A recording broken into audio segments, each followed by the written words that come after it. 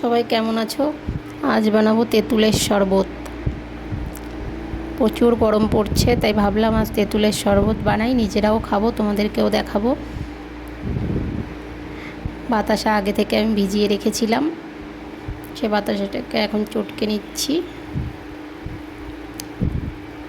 তেঁতুলের শরবত বানাতে আমাদের লাগবে লেবু, লেবুর পাতা, তেঁতুল, বাতাসা আর একটুখানি আমি জিরে ভেজে সেটাকে গুঁড়িয়ে।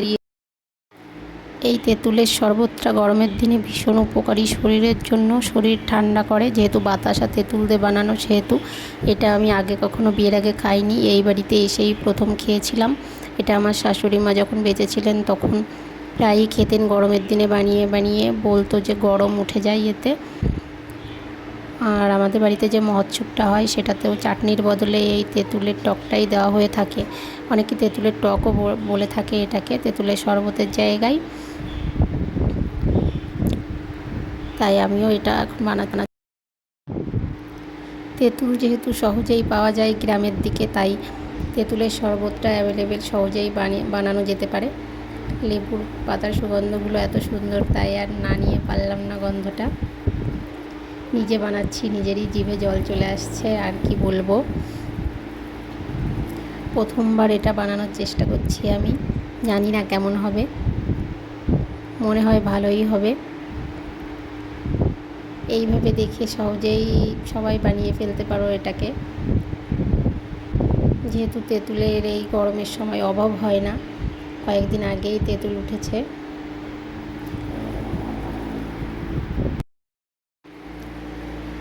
লেবু কেটে রেখেছি, গোল গোল চাকা চাকা করে লেবুগুলোর রস এখন দিয়ে দেবো এই তেঁতুলের পাতটা বা গোলাটার মধ্যে। এখনও যেহেতু এটা ঘন আছে, তাই কাদও বলা যেতে পারে।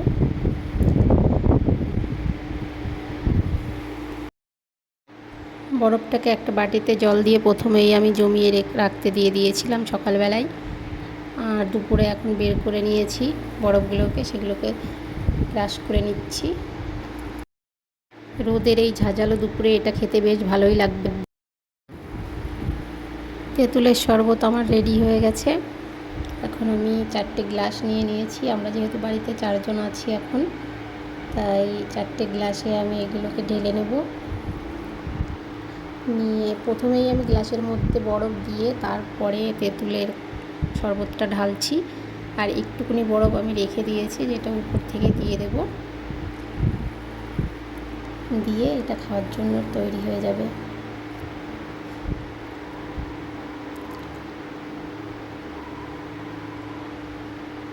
আমি তো ভাবছি এটা কতক্ষণে খাবো। নিজে বানিয়েছি, নিজেরই খাওয়ার জন্য মুখটা ছুঁচো করে যাচ্ছে।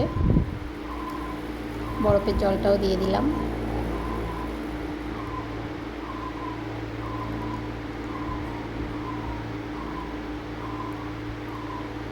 শুকনো খোলায় জিরে ভেজে গুঁড়িয়ে রেখে দিয়েছিস, সেই ভাজা জিরে গুঁড়োটা দিয়ে দিচ্ছি উপর থেকে, দিয়ে তারপরে একটুখানি গুলেও নেব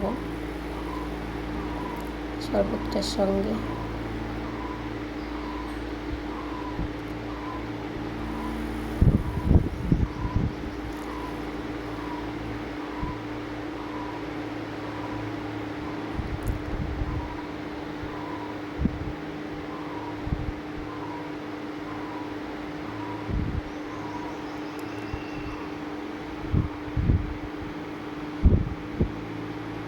আমি মনে করি দোকানের যে কোনো সফট ড্রিঙ্কসের থেকে এটা অনেক বেটার, আর বানানোটাও অনেক সহজ।